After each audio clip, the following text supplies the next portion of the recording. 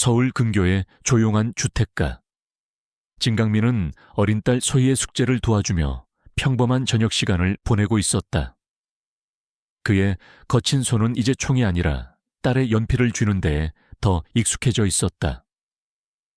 그는 과거의 자신, 전 세계의 분쟁 지역을 누비던 델타포스 최정예 요원 고스트를 이 작은 집의 평화 속에 완전히 묻었다고 생각했다. 8살 난 딸 소희의 곁에는 언제나 은퇴한 궁연 러가 있었다. 벨지안 마리노이즈 종인 러는 단순한 애완견이 아니었다. 러는 강민에게는 전우였고 소희에게는 가장 친한 친구이자 든든한 보호자였다.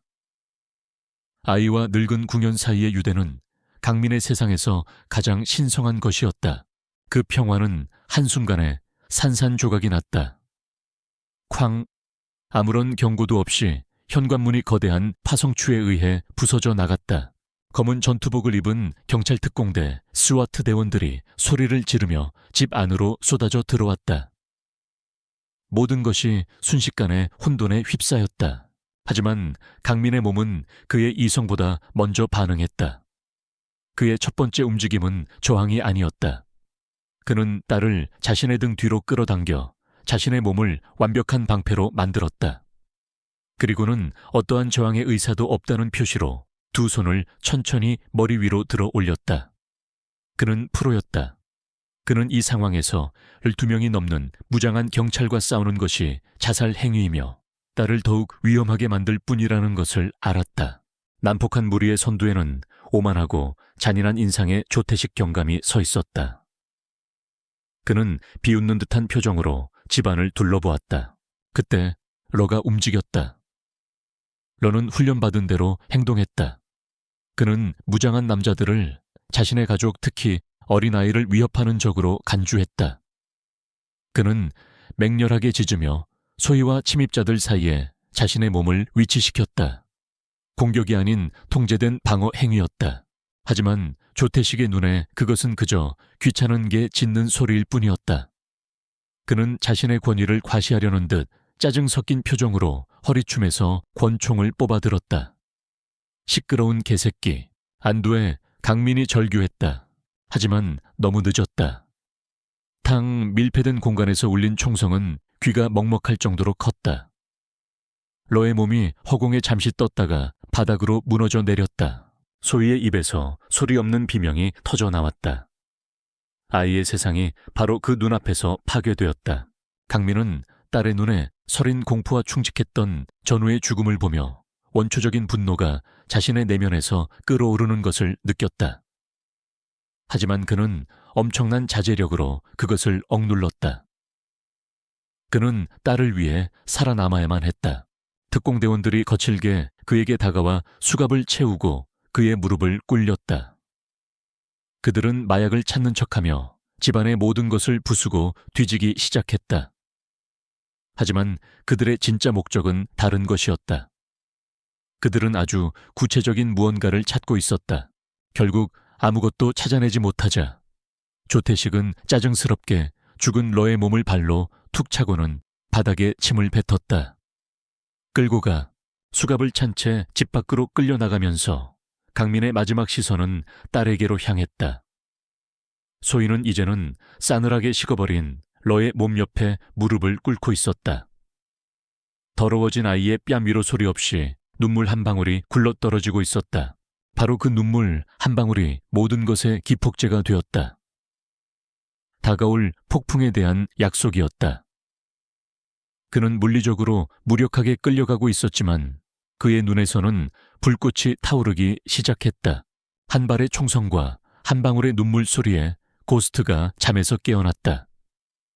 이 일을 저지른 자들은 자신들이 방금 세상에서 가장 위험한 남자를 깨웠다는 사실을 전혀 알지 못하고 있었다. 취조실의 공기는 차가웠다. 진강민은 꼬박 하루 동안 그곳에 갇혀 있었지만 단 한마디도 하지 않았다. 그는 모든 질문에 그저 상대를 꿰뚫어 보는 듯한 고요한 시선으로만 답했다. 그의 그런 태도는 오히려 취조를 하던 조태식 경감을 불안하게 만들었다. 그는 이 남자가 평범한 사람이 아니라는 것을 직감했다. 결국 어떤 증거도 찾아내지 못한 경찰은 그의 옛 동료가 보낸 변호사가 도착하자마자 그를 풀어줄 수밖에 없었다. 마약 소지 혐의는 처음부터 거짓이었으니 혐의를 입증할 방법이 없었다. 강민은 폐허가 된 자신의 집으로 돌아왔다. 러의 존재감이 사라진 집은 귀가 먹먹할 정도로 고요했다. 그는 딸 소희의 방문을 열었다. 아이는 더 이상 울고 있지 않았다. 그저 텅 빈 러의 목줄을 손에 쥔 채 멍하니 허공을 바라보고 있었다. 그 어떤 눈물보다 더 가슴 아픈 깊은 침묵이었다. 그는 딸을 위로하려 했지만 아이는 충격과 상실감의 세계에 갇혀 그의 목소리를 듣지 못했다. 이 모습은 그의 마지막 남은 인간적인 감정의 끈을 끊어버렸다. 그는 테이블 위에 놓인 경찰의 공식 사건 보고서를 발견했다. 그는 그것을 읽기 시작했다. 보고서는 완벽한 거짓말 덩어리였다.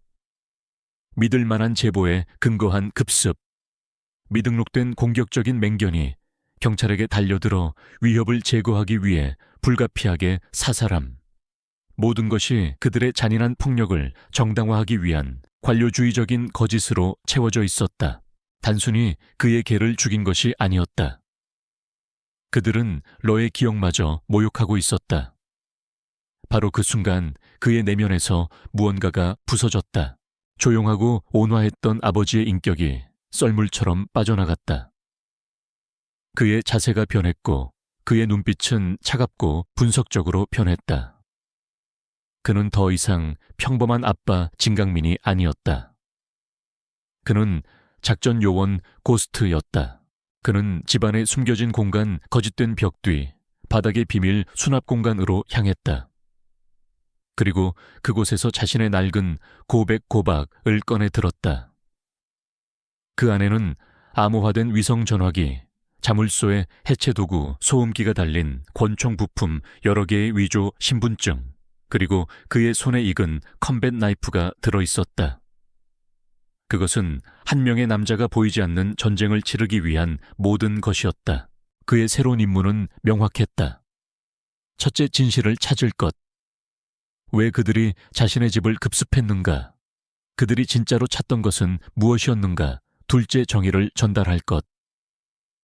그의 딸에게 공포를, 그의 전우에게 죽음을 안겨준 자들은 대가를 치를 것이다. 단순히 목숨이 아니라 그들이 소중하게 여기는 모든 것을 빼앗길 것이다.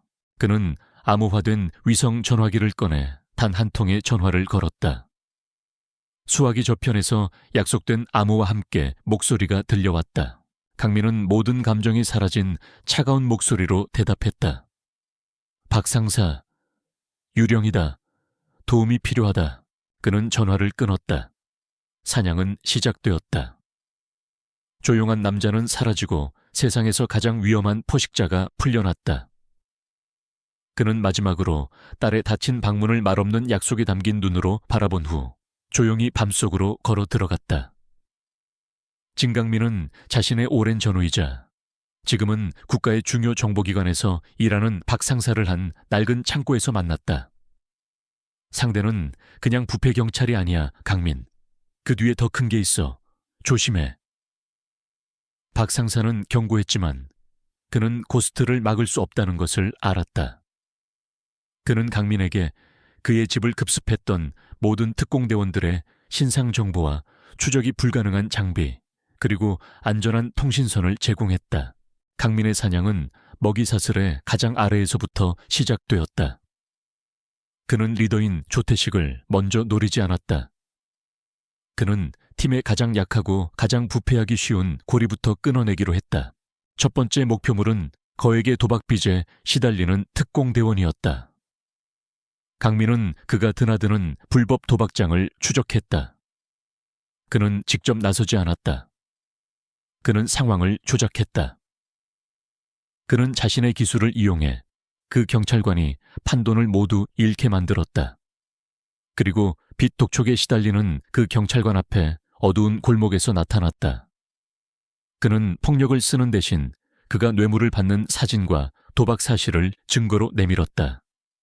그리고 선택지를 주었다. 급습을 지시한 자의 이름을 말할 것인가? 아니면 이 모든 자료가 청문감사관실과 사채업자들에게 넘어가는 것을 볼 것인가? 겁에 질린 경찰관은 조태식 경감의 이름을 불었다. 두 번째 목표물은 지역 상인들을 상대로 갈취를 일삼던 다른 대원이었다.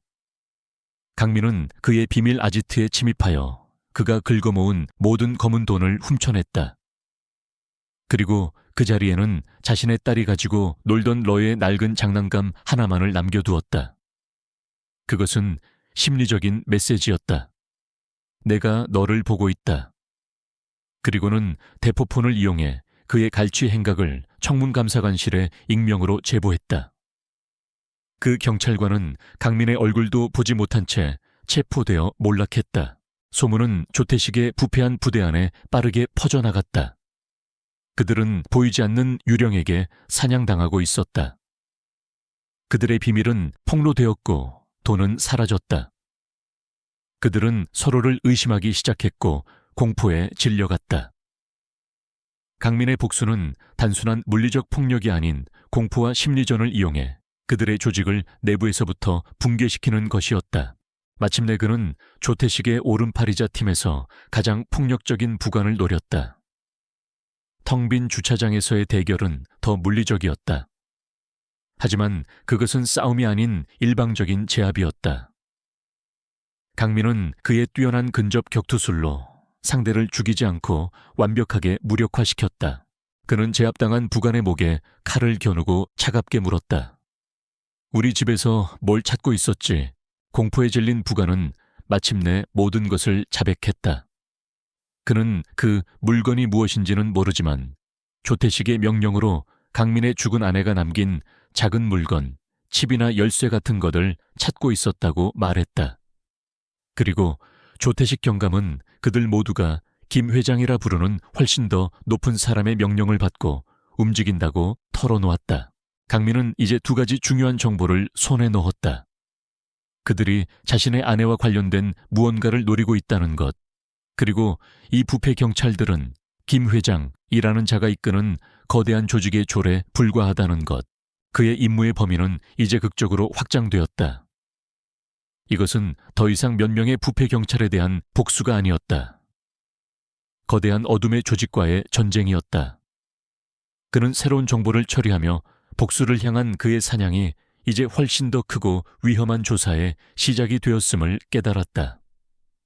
진강민은 부핵에서 얻어낸 새로운 정보 김 회장과 그의 죽은 아내 진희의 유품을 처리하며 모든 것이 바뀌었음을 직감했다. 그는 아내가 국정원 NIS의 금융정보분석 요원이었다는 것은 알았지만 그녀의 구체적인 업무에 대해서는 단 한 번도 묻지 않았다. 그것은 그들 사이의 암묵적인 약속이었다. 2년 전 자동차 사고로 알려진 그녀의 죽음이 이제는 끔찍한 의심으로 다가오기 시작했다. 그의 집에 대한 급습은 단순히 아내의 유품을 찾기 위한 것이 아니었다. 그것은 그녀가 남긴 마지막 유산을, 그녀의 존재 자체를 지워버리기 위한 시도였다. 이제 그의 임무는 단순히 러의 복수를 넘어 아내의 명예를 지키고 그녀의 죽음에 얽힌 진실을 파헤치는 것이 되었다. 그는 폐허가 된 자신의 집으로 돌아왔다. 하지만 이번에는 피해자의 눈이 아닌 작전 요원의 훈련된 눈으로 집을 수색하기 시작했다. 그는 아내의 꼼꼼한 성격을 알고 있었다. 그녀라면 그 누구도 생각지 못할 곳에 중요한 것을 숨겼을 터였다. 그는 아내와의 추억, 그녀의 습관들을 떠올렸다. 그녀가 가장 아꼈던 작은 정원, 그녀가 좋아하던 시집을 꽂아두었던 서가의 특정 칸.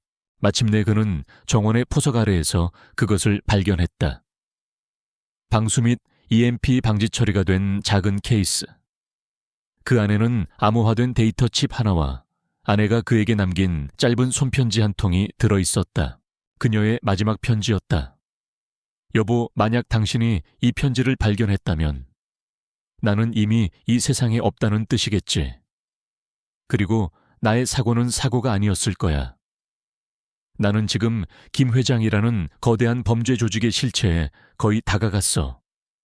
경찰과 검찰 모든 곳에 그의 끈앞풀이 있어.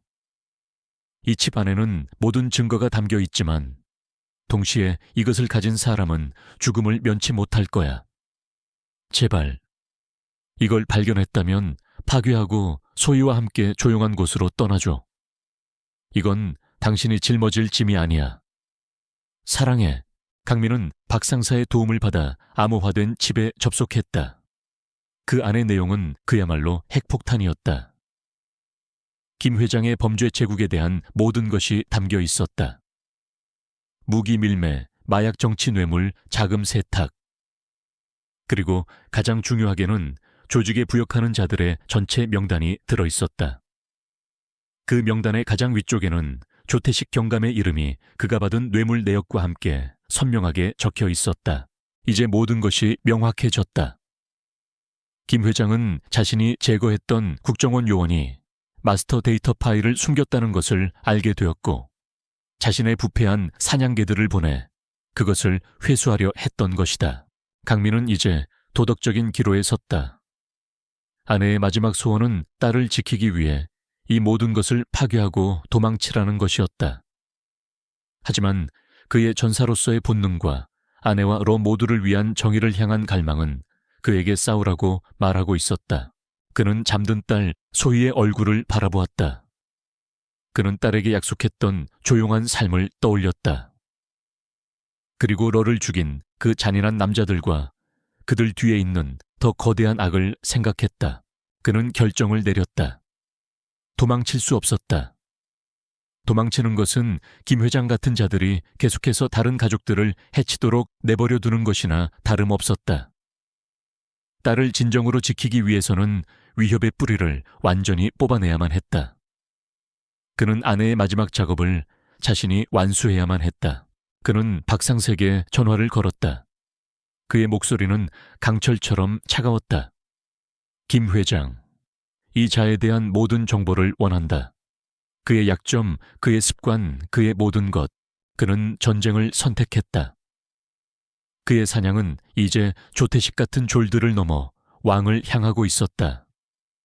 그의 임무는 이제 가장 위험하고 마지막 단계에 접어들고 있었다. 조태식 경감은 극도의 공포에 휩싸여 있었다. 그의 부대는 완전히 와해되었고 그의 부하들은 체포되거나 유령의 공포에 떨고 있었다. 그는 자신의 진짜 보스 김 회장에게 다급하게 전화를 걸었다. 그는 자신들이 건드린 상대가 평범한 교회의 아빠가 아니라 유령과도 같은 고도로 훈련된 전문가라고 보고했다. 자신의 통제력을 자부하던 김 회장은 조태식의 무능함에 분노했지만 동시에 등골이 서늘해지는 것을 느꼈다.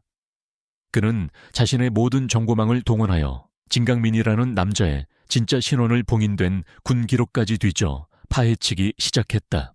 그리고 그 결과는 그를 얼어붙게 만들었다. 진강민, 콜사인 고스트, 전 707 특수임무대대 델타포스 파견 교관 및 팀장. 김 회장은 자신이 지금 살아있는 가장 위험한 특수부대 요원 중 한 명을 적으로 돌렸다는 것을 깨달았다. 그는 이제 자신의 목숨과 제국 전체가 위협받고 있다고 느꼈다. 그는 전술을 바꾸기로 결심했다. 그는 겁에 질린 조태식에게 차갑고 마지막 명령을 내렸다. 그 아이를 잡아와. 그놈의 딸. 그게 우리가 가진 유일한 카드다. 한편 강민은 딸 소희를 박 상사가 마련해준 안전한 장소로 옮겨두었다. 하지만 조태식은 자신의 경찰 권한과 김 회장의 자금력을 이용하여 아이의 위치를 추적해냈다. 그들은 폭력적인 방법 대신 아동 보호국 직원으로 위장하여 아이를 보호자들로부터 교묘하게 떼어내는 데 성공했다. 박 상사로부터 강민 소희가 사라졌다는 절망적인 전화를 받는 순간 강민의 세상은 무너져 내렸다. 차갑고 이성적이던 사냥꾼은 잠시 사라지고 공포에 질린 한 명의 아버지만이 남아있었다. 그의 전화벨이 울렸다.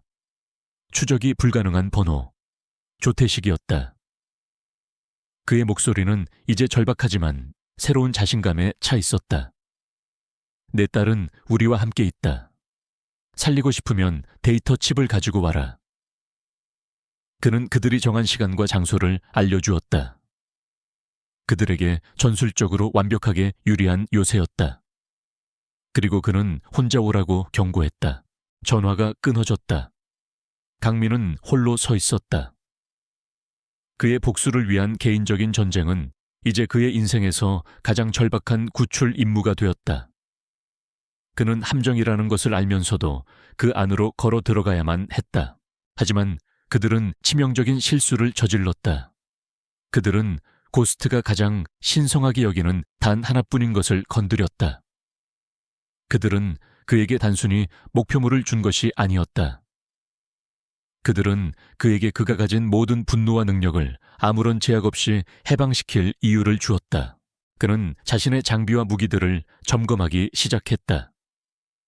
그의 눈에서는 차가운 분석가의 눈빛이 돌아왔지만 이번에는 그 안에 정의감을 넘어선 훨씬 더 위험한 불꽃이 타오르고 있었다. 그것은 자신의 아이를 지키려는 아버지의 불꽃이었다.